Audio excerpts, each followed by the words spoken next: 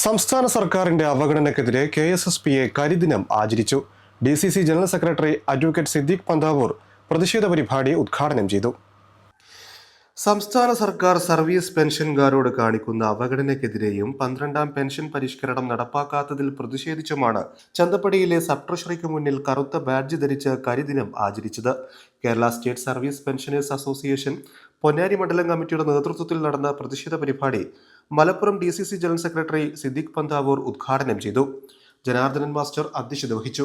Ramakrishnan, Ananthakrishnan master, Basheer, Achuthankutty എന്നിവർ ആശംസകൾ അർപ്പിച്ച് സംസാരിച്ചു. ശ്രീപതി P സ്വാഗതവും ജഗദീശ്വരൻ മാസ്റ്റർ നന്ദിയും പറഞ്ഞു. ഒരു ഗവൺമെന്റിനെ സംബന്ധിച്ചിടത്തോളം അവർക്ക് അല്ലെങ്കിൽ അവർ നൽകുന്ന ഔദാര്യമല്ല, അത് അവരുടെ അവകാശമാണ് എന്നുള്ളതാണ്. അങ്ങനെ നൽകി വരുന്ന ഒരു പെൻഷൻ ഗുണഭോക്താക്കളെ സംബന്ധിച്ചിടത്തോളം ഇത് സർക്കാർ നൽകുന്ന ഒരു ഔദാര്യമായി അല്ലെങ്കിൽ അവർ നൽകുന്ന എന്തോ ഒരു ആനുകൂല്യം എന്നോണം ഈ സർക്കാർ ആ പെൻഷൻകാരോട് പെരുമാറാൻ തുടങ്ങിയിട്ട് അല്ലെങ്കിൽ അവരോട് ഈ തരത്തിൽ സംവദിക്കാൻ തുടങ്ങിയിട്ട് നാളേറെയായി. കേരളത്തിൻ്റെ ഒരു സാംസ്കാരിക വകുപ്പ് മന്ത്രി പ്രസംഗമധ്യേ തന്നെ പറഞ്ഞത് എന്താണ്? കേരളത്തിലെ പെൻഷൻകാരുടെ മരണസംഖ്യ കുറഞ്ഞതുകൊണ്ട് സർക്കാരിന് ബാധ്യത കൂടുന്നു എന്നാണ്. അതായത് നാം മലയാളികൾ അഭിമാനത്തോടു കൂടി പറയാറുണ്ട് നമ്മുടെ ആയുർദൈർഘ്യം വർദ്ധിച്ചു എന്നുള്ളത്. നമ്മുടെ ജീവിത സാഹചര്യത്താൽ നമ്മുടെ സാമൂഹ്യ ചുറ്റുപാടിനാൽ നാം ആയുർദൈർഘ്യം വർദ്ധിച്ചവരായി മാറിയപ്പോൾ നമ്മുടെ മരണത്തിൻ്റെ അല്ലെങ്കിൽ മരിക്കുന്നവരുടെ പ്രായം വർദ്ധിച്ചത് ഇന്ന് ഇടതുമുന്നണിയെ സംബന്ധിച്ചിടത്തോളം അവർ പറയുന്നത്, CPM-നെ സംബന്ധിച്ചിടത്തോളം അവർ പറയുന്നത് അതവർക്കൊരു ബാധ്യതയായി എന്നുള്ളതാണ്. നമുക്കറിയാം പെൻഷൻകാരെ സംബന്ധിച്ചിടത്തോളം എന്തെല്ലാം തരത്തിലുള്ള ആനുകൂല്യങ്ങൾ, എന്തെല്ലാം തരത്തിലുള്ള അവർക്ക് നൽകേണ്ട സൗകര്യങ്ങളാണ് ഈ ഗവൺമെൻറ് സമയാസമയങ്ങളിൽ വിതരണം ചെയ്യാതെ വന്നിട്ടുള്ളത്. പെൻഷൻ്റെ കാലാവധി അല്ലെങ്കിൽ പെൻഷനിൽ വരുന്ന ഓരോ വർഷത്തെയും വർധനവ്, അതിൻ്റെ റിവ്യൂ, അതിൻ്റെ പുനഃപരിശോധിക്കേണ്ട സമയം കഴിഞ്ഞു.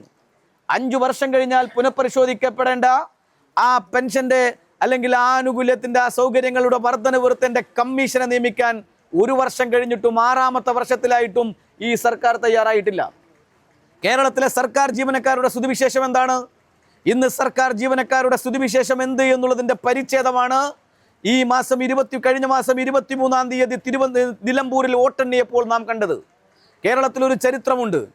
കേരളത്തിൽ 100 സീറ്റിൻ്റെ ഭൂരിപക്ഷത്തോടുകൂടി ഐക്യജനാധിപത്യ മുന്നണി കേരളത്തിൽ ഭരിച്ചപ്പോഴും ആദ്യമെന്നുന്ന പോസ്റ്റൽ ബാലറ്റ് ഒട്ടിച്ചു കഴിഞ്ഞാൽ അതല്ലെങ്കിൽ ബോക്സ് തുറന്നാൽ എണ്ണിക്കഴിഞ്ഞ 100 വോട്ടിൽ 75% വോട്ടും അത് ഇടതു മുന്നണിക്ക് കണ്ണടച്ച് ചെയ്യുന്നവരായിരുന്നുവെങ്കിൽ ഇന്ന് പോസ്റ്റൽ ബാലറ്റ് പെട്ടി തുറന്നപ്പോൾ നിലമ്പൂരിൽ നമുക്ക് കാണാൻ കഴിഞ്ഞത് എണ്ണുന്ന വോട്ടിൻ്റെ ഏറിയ പങ്കോട്ടും ആര്യാടൻ ഷൗക്കത്തിന് കൈയടയാളത്തിൽ ചെയ്യുന്നവരുടെ എണ്ണമാണ്.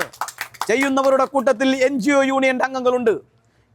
ചെയ്യുന്നവരുടെ കൂട്ടത്തിൽ ജോയിന്റ് കൗൺസിൽ അംഗത്വമെടുത്തവരുണ്ട്. പുച്ഛത്തിന്റെയും മനോഭാവം സ്വീകരിക്കുന്ന ഈ ഗവൺമെന്റിനെ പ്രിയപ്പെട്ടവരെ 2026 ഈ അധികാര സിംഹാസനത്തിൽ നിന്ന് താഴെ ഇറക്കുന്നത് വരെ പെൻഷൻകാർക്കും നമുക്കെല്ലാവർക്കും ഒരുമിച്ച് നിന്ന് പോരാടാമെന്ന് മാത്രം ഈ സമയത്ത് ഞാൻ ഒരിക്കൽ കൂടി സൂചിപ്പിച്ചുകൊണ്ട് നിങ്ങളുടെ ശമ്പള പരിഷ്കരണം, നിങ്ങളുടെ പെൻഷൻ പരിഷ്കരണം, അതുപോലെ കാതലായി കേരളം കാലാകാലങ്ങളിലായി സമയബന്ധിതമായി നടത്തി വന്നിരുന്ന എല്ലാ പദ്ധതികളും അട്ടിമറിക്കപ്പെട്ട ഈ സർക്കാർ ഈ കരിദിനത്തിൽ ഈ പെൻഷൻകാർ അവരുടെ ജീവിതത്തിൽ ഞാൻ ആദ്യം സൂചിപ്പിച്ചതുപോലെ വിശ്രമ കാലയളവിൽ ഒരു സമരം നടത്താൻ അവർക്ക് ആരോഗ്യം സമ്മതിക്കുന്നില്ല.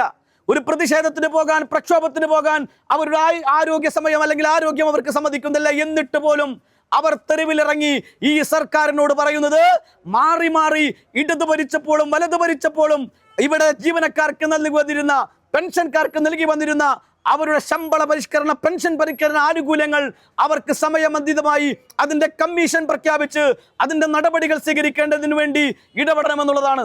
അതുകൊണ്ട് ഈ കാതലായ ആവശ്യങ്ങൾ ഉന്നയിച്ച് ഇവിടെ KSSPA-യുടെ നേതൃത്വത്തിൽ ഈ ട്രഷറിയുടെ മുമ്പിൽ നടത്തിയ ഈ പ്രക്ഷോഭം അത് സമരം കാണുന്നതുവരെ കേരളീയ സമൂഹത്തോടൊപ്പം നിങ്ങളോടൊപ്പം ചേർന്നതുകൊണ്ട് മുന്നോട്ട് പോകുമെന്ന് ഒരിക്കൽ കൂടി അറിയിച്ചുകൊണ്ട് ഇനി ഇതിനൊരു ശാശ്വതമായ പരിഹാരം ഉണ്ടാകുക 2026 ഞാൻ ആദ്യം സൂചിപ്പിച്ചതുപോലെ 100 ഇരട്ടി ഭൂരിപക്ഷത്തോടുകൂടി 100 സീറ്റിൻ്റെയും അധികമുള്ള മേനിയോടുകൂടി കേരളത്തിന്റെ ഭരണസിരാ കേന്ദ്രത്തിൽ നിന്ന് ഈ ധിക്കാരി അധികാരത്തിൽ നിന്ന് താഴെ ഇറക്കി ഒരു ഗവൺമെന്റ് വന്നാൽ ആദ്യം പരിഗണിക്കപ്പെടുന്ന വിഭാഗം എന്ന് പറഞ്ഞാൽ അത് കേരളത്തിലെ പെൻഷൻ വാങ്ങുന്നവർ, അത് സാമൂഹ്യ പെൻഷൻ ആകട്ടെ, സർവീസ് പെൻഷൻ ആകട്ടെ, ഏത് പെൻഷൻ ആനുകൂല്യം പറ്റുന്നവരെയും ആദ്യം പരിഗണിക്കുന്ന ഒരു സർക്കാർ ഒരു കേരളത്തിൽ ഉണ്ടാകും.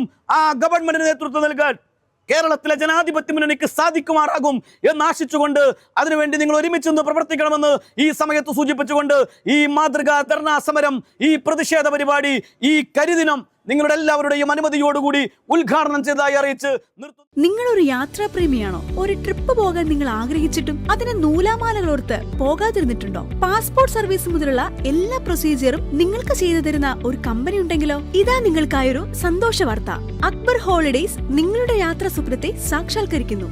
Flight ticket, visa service, certificate attestation, apostille attestation, passport services, train and bus tickets, cruise packages, PCC and medical appointment, travel insurance, ഹജ്ജ് ആൻഡ് ഉംറ services, special honeymoon packages, fixed group packages, student special fare, domestic and international tour packages തുടങ്ങിയ സേവനങ്ങൾ ദ്രുതഗതിയിലും മികവോടെയും Akbar holidays നിങ്ങൾക്കായി ഒരുക്കുന്നു. ഇനി യാത്ര എന്ന സ്വപ്നത്തെ മൂടിവെക്കണ്ട. അക്ബർ ഹോളിഡേയ്സിനൊപ്പം ലോകം ചുറ്റാം.